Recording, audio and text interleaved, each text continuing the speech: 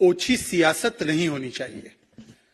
There should never be politics played on an issue as grave as security of the nation and parliamentary security. पर कुछ लोगों का राजनीतिक चरित्र, कुछ लोगों का राजनीतिक डीएनए ही इस प्रकार का है कि उनके मन में राष्ट्रनीति के ऊपर भी ओछी राजनीति, सुरक्षा के ऊपर भी ओछी और कमस्तर सियासत करने की मंशा होती है. 13 दिसंबर को जो घटना पार्लियामेंट परिसर में घटी, पार्लियामेंट के भीतर घटी, उसका एक स्वर से खंडन होना चाहिए. हम सभी लोग इसे मानने में कोई संकोच नहीं करेंगे कि वो अति दुर्भाग्यपूर्ण घटना थी. There should be no problem in accepting and acknowledging that the incident of 13th of December within Parliament was an unfortunate one. And there must be no compunctions in any of our minds to resonate in one voice and condemn that incident without ifs and buts. Speaker जो कि custodian होते हैं, अभिरक्षक होते हैं, अभिभावक होते हैं parliament के, पार्लियामेंट सेक्रेटेरिएट के, पार्लियामेंट परिसर के, वो एडमिनिस्ट्रेटिवली भी उनको देखते हैं उन चीजों को, और कॉन्स्टिट्यूशनली भी वो कस्टोडियन और गार्डियन माने जाते हैं पूरे पार्लियामेंट परिसर के. उन्होंने उसी समय पर एक वक्तव्य जारी किया, उसी समय पर उन्होंने उच्च स्तरीय जांच के आदेश दिए, उसी समय पर उन्होंने तमाम जो विपक्ष के नेताओं के जो फ्लोर लीडर्स हैं, पार्टियों के फ्लोर लीडर्स हैं, उनको न्योता दिया कि वो आकर अपने अपने सुझाव रखें, और उसी समय पर कार्रवाइयां शुरू हो गई. क्योंकि ये घटना जो हुई थी, ये पहले भी ऐसी घटनाएं हुई है. The speaker, who is the custodian, who is the guardian of the parliamentary secretariat, immediately issued a statement, immediately called for a high-level inquiry, immediately invited floor leaders of the opposition parties for a discussion to avail their suggestions on this, because this is not a one-off incident. This has taken place in the past as well. पहले भी इस प्रकार की जब घटनाएं हुई, तो ऐसी घटनाओं पर कभी ओछी सियासत नहीं की गई, कभी ऐसी घटनाओं पर राजनीति नहीं की गई. परंतु आज जो वक्तव्य राहुल गांधी का आया है, और मुझे उम्मीद है आप सभी लोगों ने देखा होगा, राहुल गांधी कांग्रेस पार्टी के हमेशा से युवा रहने वाले अपरिपक्व नेता ये कहते हैं कि घटना हुई तो हुई, पर इस घटना का मुख्य कारण जो है वो देश में बेरोजगारी है और देश में महंगाई है, इसलिए इस प्रकार की घटना हुई है.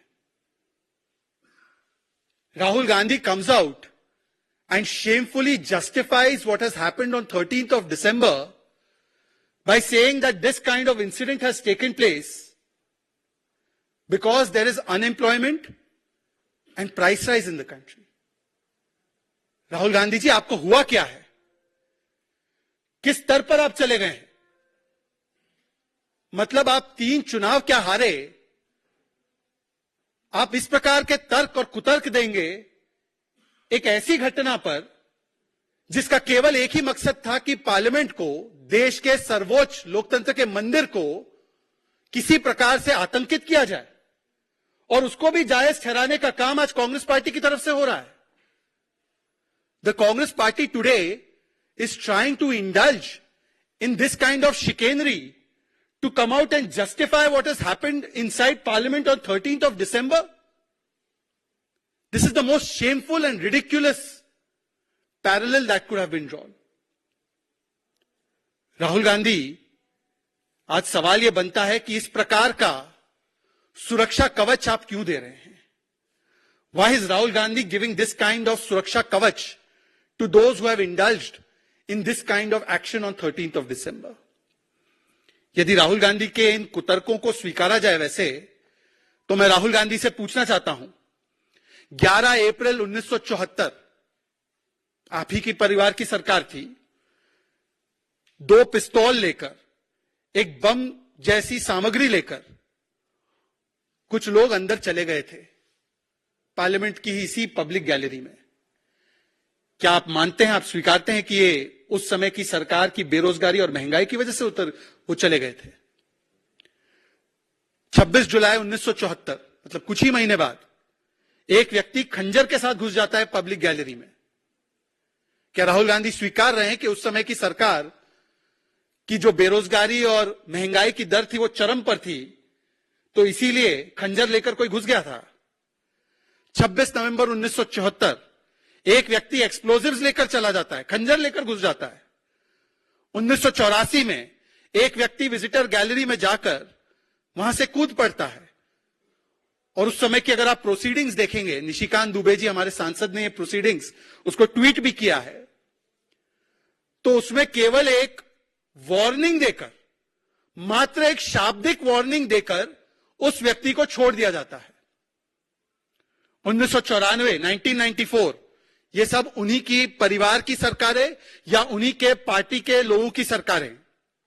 दो लोग पब्लिक गैलरी में हुड़दंग मचाते हैं। ऐसी घटनाओं की फहरिस्त बहुत लंबी है। 2004 से लेकर 14 के बीच में भी ऐसी कई सारी घटनाएं हैं जहां पर पार्लियामेंट के पब्लिक गैलरी में या पार्लियामेंट के भीतर इस प्रकार की सिक्योरिटी ब्रीच हुई। अब मैं राहुल गांधी आप ही के तर्कों को अपनाते हुए पूछना चाहता हूं आपसे कि क्या इन सारी घटनाओं के पीछे आपकी दादी मां की, आपके पिताजी की और सोनिया जी द्वारा संचालित मनमोहन सिंह जी की सरकार की महंगाई दर और बेरोजगारी दर थे? और आपके समय पर तो ये घटनाएं ज्यादा हुई। हालांकि मैं इस प्रकार से किसके समय पे कितनी घटनाएं हुई इसमें नहीं जाना चाहता था, परंतु यदि इस प्रकार का कुतर्क दिया जाएगा, if this is the justification which will be given for such kind of action that has taken place on 13th of December, then one must ask that the incidents that took place in 1974 3 times in 1 year, in 1984, in 1994, and between 2004 and 14, is that evidence of the high inflation and high unemployment rates in the country? क्या राहुल गांधी जी ये कहना चाह रहे हैं कि यदि किसी को लगे कि देश में बेरोजगारी है या उसको रोजगार नहीं मिल रहा है, तो उसको कैनिस्टर उठाकर पार्लियामेंट के भीतर घुस जाना चाहिए और वहां से उस कैनिस्टर स्मोक बॉम्ब को खोल देना चाहिए? क्या राहुल गांधी इस प्रकार की घटनाओं को बढ़ावा दे रहे हैं? क्या राहुल गांधी प्रोवोक करना चाह रहे हैं? Is Rahul Gandhi now down to inciting people and giving them ideas and suggestions that if you feel aggrieved about a particular political narrative, then you must also take a smoke bomb in your hand or a smoke canister in your hand and enter inside parliament? Is that the suggestion that Rahul Gandhi is giving? क्योंकि ये केवल राहुल गांधी नहीं कह रहे। अगर राहुल गांधी कहते तो चलिए मान लेते कि राहुल गांधी इस प्रकार के बयान देने में वो आगे रहते हैं। इस प्रकार के इमेच्योर, अपरिपक्व बयान राहुल गांधी का पॉलिटिक्स का हॉलमार्क है, यह स्वीकारा जा सकता था।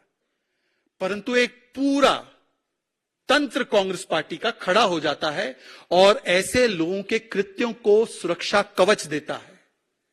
अधीर रंजन चौधरी, मेरे पास उनका बयान है, वो तो नेता है कांग्रेस पार्टी के लोकसभा में, वो कहते हैं कि यह बेरोजगारी की वजह से हुआ।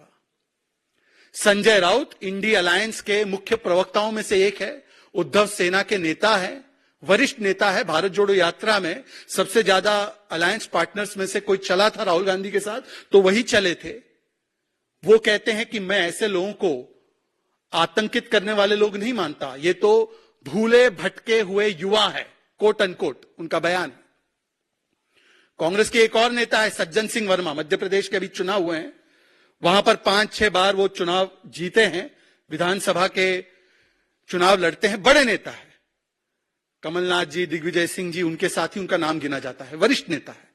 वो तो गजब ही बात करते हैं। वो कहते हैं, और उनका भी बयान है मेरे पास, मैं समय के अभाव के कारण वो बयान नहीं सुना रहा हूं आपको, पर आपको प्रोवाइड कर दूंगा। वो कहते हैं कि जिन सांसदों ने, और देखिए मैं भाजपा से हूं, पर मैं उन हर एक सांसदों का नमन करता हूं जिन्होंने उस समय पर उस इंट्रूडर को रोका, उस इंट्रूडर को पकड़ा। ऐसे सांसदों के ऊपर एफआईआर होनी चाहिए, यह सज्जन सिंह वर्मा का बयान है। मतलब कांग्रेस पार्टी क्या चाहती है कि मलूक नागर जी, हनुमान बेनीवाल जी और उन्हीं के सांसद औजला जी, कोटक जी, इन सब पर एफआईआर हो जाए क्योंकि उन्होंने पार्लियामेंट की ब्रीच करने वाले इंट्रूडर को पकड़ लिया। ये किस प्रकार से सुरक्षा कवच तैयार किया जा रहा है? और केवल कांग्रेस ने, एक पूरे इंडी गठबंधन और उनके जो कह सकते हैं एक पूरे इकोसिस्टम के द्वारा। क्या इसके कारण यह है कि जैसे ही इन परपेट्रेटर्स के तार, इन पार्लियामेंट सिक्योरिटी के ब्रीच करने वाले इंट्रूडर्स के तार, जैसे ही कांग्रेस पार्टी और कांग्रेस पार्टी समर्थित कुछ उग्रवादी रेडिकलाइज्ड वामपंथी संगठनों से जुड़ते जा रहे हैं, तो ठीक वैसे वैसे कांग्रेस पार्टी उनके बचाव में उतर आ रही है। मैं बड़े गंभीरता से सवाल पूछ रहा हूं। मैं आज राहुल गांधी से, कांग्रेस पार्टी से पूछना चाहता हूं कि क्या राहुल गांधी और कांग्रेस पार्टी और पूरा इंडिया अलायंस और उनका इकोसिस्टम इसलिए इन लोगों का बचाव कर रहा है क्योंकि अब मीडिया के माध्यम से, जो मीडिया, खोजी मीडिया अपनी इन्वेस्टिगेशंस करती है, उसके माध्यम से साफ होता जा रहा है कि जो लोग इस पूरे प्रकरण के मास्टरमाइंड्स थे, जो लोग इस पूरे प्रकरण के पीछे थे, उनके तार कांग्रेस पार्टी से जुड़ रहे हैं। किसी एक मीडिया चैनल में मैं देख रहा था कि एक महिला जो नीलम आजाद, यही शायद उनका नाम है, उन्होंने तो सीधे सीधे कांग्रेस पार्टी के लिए वोट मांगे। वीडियो अवेलेबल है उसका, मीडिया चैनल्स ने चलाया। वही नीलम आजाद कांग्रेस पार्टी की एक वरिष्ठ कार्यकर्ता के साथ दिखाई देती है और वो वरिष्ठ कार्यकर्ता कांग्रेस पार्टी के अधिकृत मंच पर कई बार दिखाई देती है। ललित झा, जो एक और मास्टरमाइंड पकड़ा गया है हाल ही में, उसकी भी कुछ तस्वीरें सामने आई हैं जिसमें कि कुछ टीएमसी के नेता हैं और कुछ कांग्रेस के नेता हैं, उनके साथ वो नजर आ रहा है। न केवल नजर आ रहा है, चलिए तस्वीर तो एक बात होती है, परंतु उनके साथ साथ वो उनके पार्टी के दफ्तर में और राजनीतिक गतिविधियों में शामिल है। और जिस प्रकार से इस पूरे मास्टरमाइंड को पॉलिटिकल डिफेंस देने का काम कांग्रेस पार्टी कर रही है, संजय राउत कर रहे हैं, इंडिया अलायंस कर रहा है, लीगल डिफेंस देने का काम भी कांग्रेस पार्टी प्रोवाइड कर रही है। असीम सरोड़े नाम के एक वकील है जो राहुल गांधी के साथ भारत जोड़ो यात्रा में चले थे, उन्होंने पेशकश की है कि मैं इन लोगों के लिए बचाव करूंगा। असीम सरोड़े, अगर आप थोड़ा सा रिसर्च कर लेंगे तो वो वही वकील है जो उद्धव सेना के लिए एक आध मैटर में अपीयर भी हुए थे। ये रिश्ता क्या कहलाता है राहुल गांधी जी? ये क्या रिश्ता है आपका इनके साथ?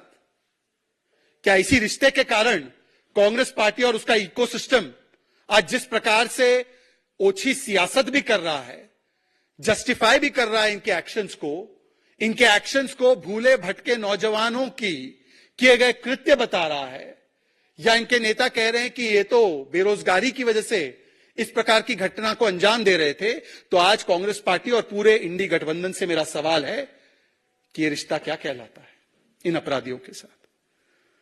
और कांग्रेस पार्टी हमेशा ऐसे तत्वों के साथ क्यों खड़ी हो जाती है? 13 दिसंबर की डेट पर यह पार्लियामेंट ब्रीच हुआ 2023 में। इनके ब्रीच करने वाले इंट्रूडर्स के साथ कांग्रेस पार्टी खड़ी, और 13 दिसंबर 2001 में जिसने पार्लियामेंट में हमला किया अफजल गुरु, उसके साथ भी कांग्रेस पार्टी खड़ी थी। क्या राहुल गांधी नहीं गए थे जेएनयू और उन लोगों के साथ नहीं खड़े रहे जिन्होंने कहा था भारत तेरे टुकड़े होंगे इंशाल्लाह इंशाल्लाह, अफजल हम शर्मिंदा है, तेरे कातिल जिंदा है? तो राहुल गांधी जी और कांग्रेस पार्टी, चाहे 13 दिसंबर 2001 का मास्टरमाइंड हो अफजल गुरु, या 13 दिसंबर 2023 का मास्टरमाइंड हो, इन सभी लोगों के लिए आपका दिल क्यों पसीजता है? इन सभी लोगों के लिए कांग्रेस पार्टी सबसे पहले आकर सुरक्षा कवच क्यों प्रदान करती है? इन सभी लोगों के लिए आकर कांग्रेस पार्टी और उसका इकोसिस्टम बचाव की मुद्रा में क्यों आ जाता है? Why is it that whether it is 13 December 2001 and its mastermind Afzal Guru, for whom Rahul Gandhi had gone to JNU and stood with those people who chanted the slogans Bharat Tere Tukde Honge Inshallah Inshallah, or whether it is the masterminds of 13 December 2023, the Congress party and its leadership is constantly in support of such elements. ये रिश्ता क्या कहलाता है?